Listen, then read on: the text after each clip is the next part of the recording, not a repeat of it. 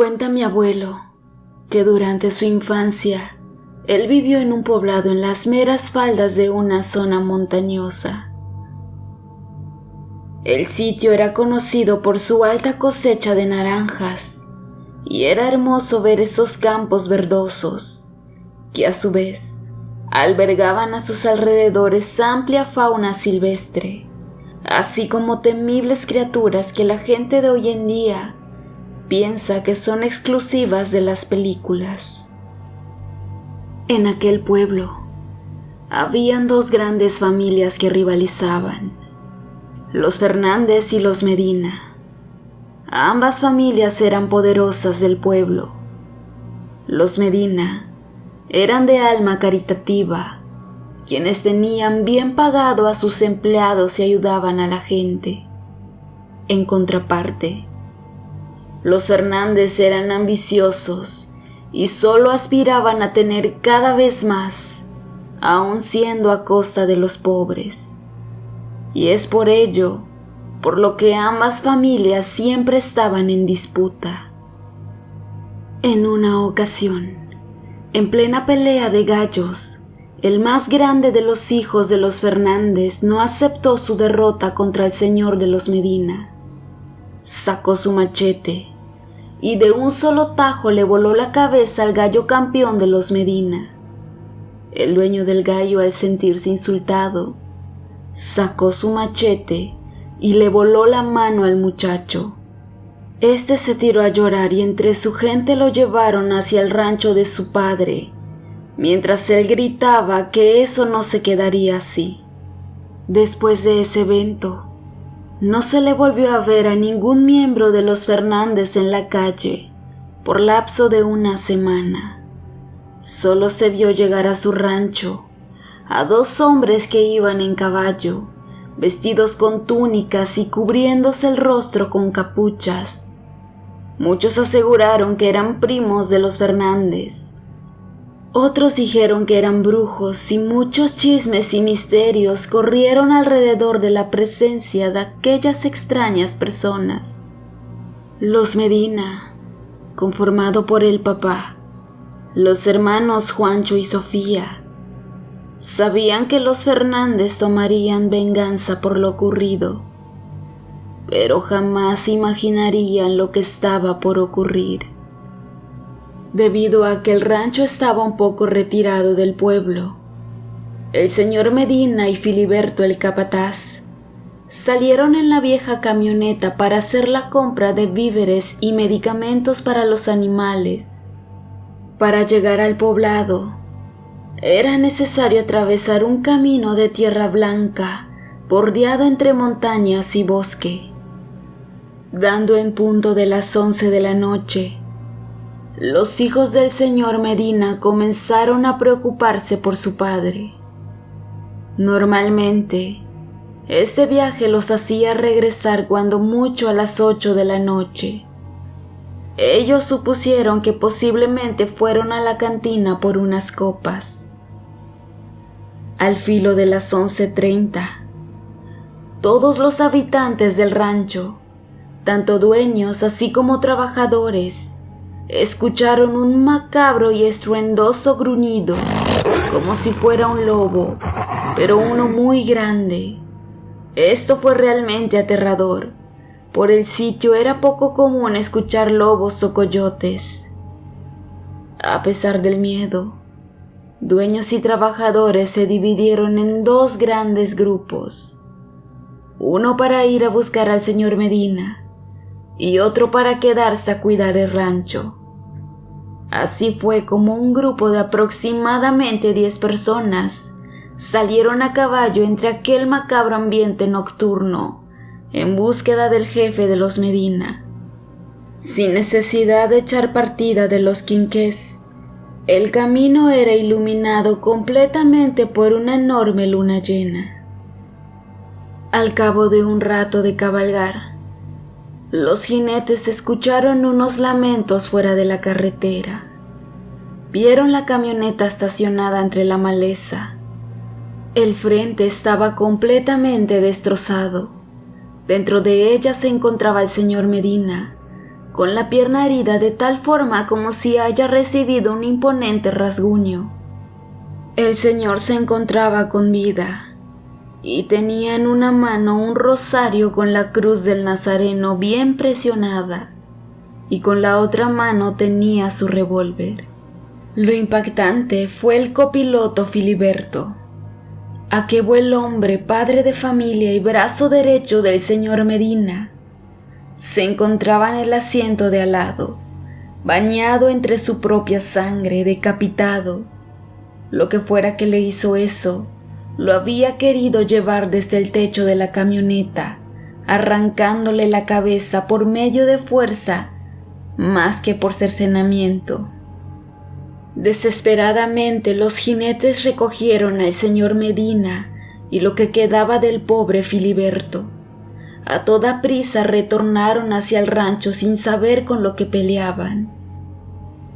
Estando a medio camino, repentinamente los caballos se inquietaron y comenzaron a relinchar, botando a varios de los jinetes.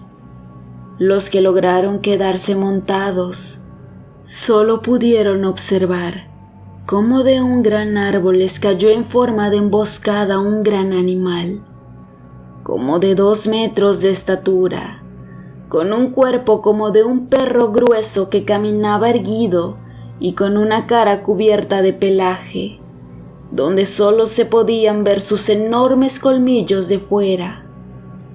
Ante el ataque de ese animal, los jinetes lograron repelerlo a punta de balazo, que si bien lograban dejarle heridas, no alcanzaban a herirlo mortalmente. De esa forma, aquella bestia de un gran salto se regresó a la arboleda en donde se encontraba escondido. El grupo de jinetes comenzó de nueva cuenta la cabalgata, muriendo de miedo y con arma en mano.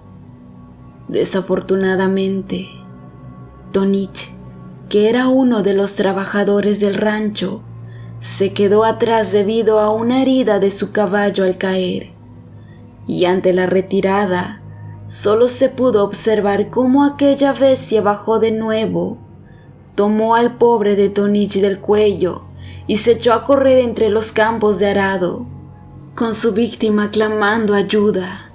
Aquella bestia era muy rápida, dramática, así como lastimosamente la criatura se perdió entre la maleza, lanzando terribles alaridos, los mismos que se escucharon antes como si fuera un lobo muy grande. Los jinetes en su mente se lamentaban por Tonich e hicieron una oración por él, quien en esos momentos estaba haciendo la cena de aquel animal.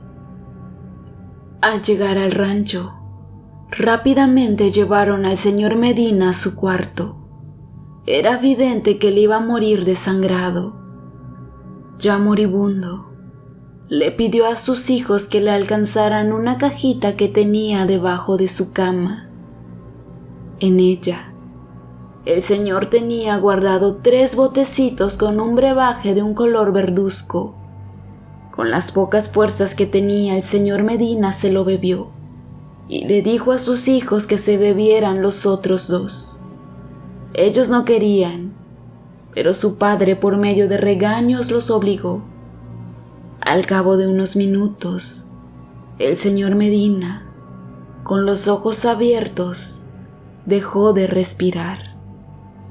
Juancho y Sofía lloraban desconsoladamente la pérdida de su padre, pero esa cena de tristeza se vio interrumpida cuando una gran cantidad de balazos se escucharon a los alrededores del rancho.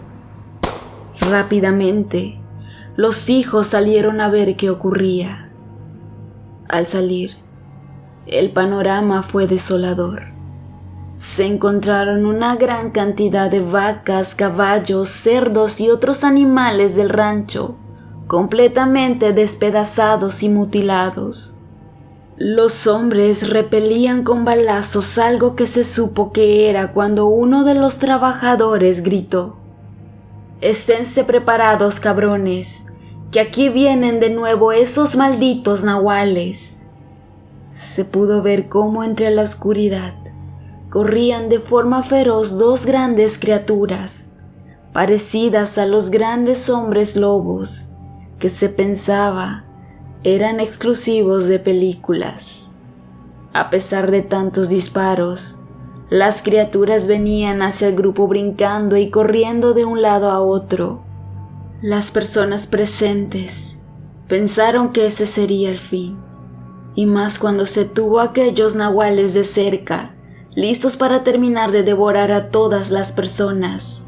La gente corrió a refugiarse en el granero del rancho, pero los nahuales les dieron alcance y estaban a punto de comenzar la carnicería, cuando del techo brincó hacia ellos un tercer nahual, enorme, más grande que los dos anteriores. Al principio se pensó que era parte de ese clan de nahuales, pero no. Aquel gran nahual llegó a defender a la gente del rancho, y así fue como se libró una encarnizada batalla entre aquellos tres nahuales, quienes aullaban ferozmente entre gritos de odio y dolor. En un principio, el gran nahual rechazaba y contraatacaba a los otros dos nahuales.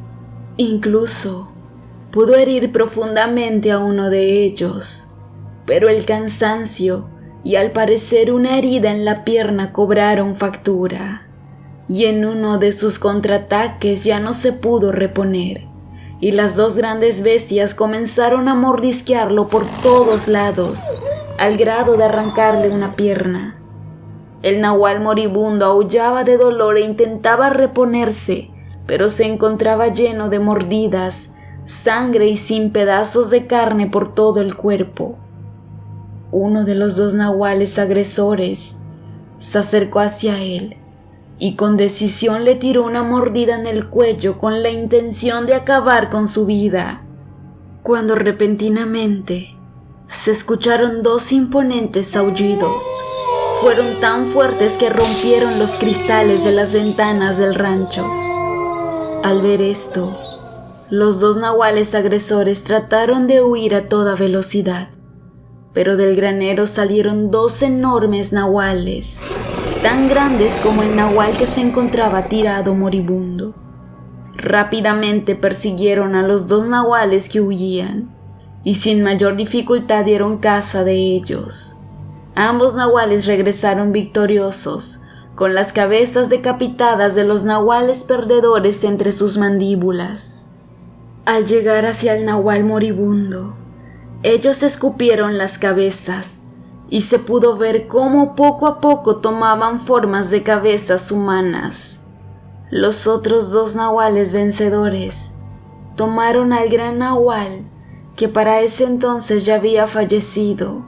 Corrieron con él a toda prisa, perdiéndose entre la negrura de la noche y los cerros. Esa noche, la gente del rancho escuchó aullidos de dolor y pena. Era evidente. Los nahuales lloraban y lamentaban la pérdida del jefe nahual. A partir de ese día, no se supo más del señor de los Medina. Entre los trabajadores del rancho se corrió el rumor de que él era el gran jefe nahual, que dio su vida para salvar a sus trabajadores.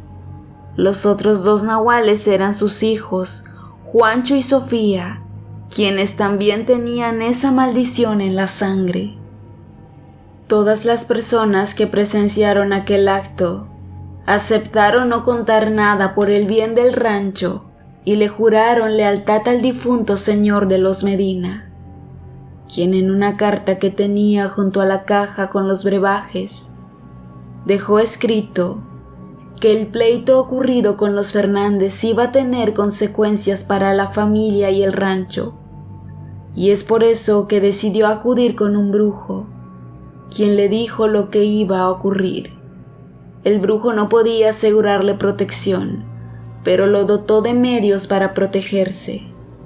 Pero el costo era portar la maldición del nahual. El señor aceptó con valentía y por orgullo de no caer ante los Fernández, y fue así como toda la familia Medina se convirtió en nahual. Al enterarse de lo ocurrido, la familia Fernández intentó huir, puesto que ellos eran quienes habían contratado a aquellos 2 hombres nahuales para vengarse de los Medina. Sin embargo, un día antes de su partida, hubo una masacre en su rancho, en la cual, a excepción del más pequeño, murieron de forma violenta. Los testigos afirman que a manos de 2 grandes criaturas como perros gigantes. Desde ese entonces, el rancho de los Medina cambió el nombre a los 3 nahuales, y se dice que en las noches 2 grandes criaturas custodian el lugar, esperando la venganza del único Fernández sobreviviente.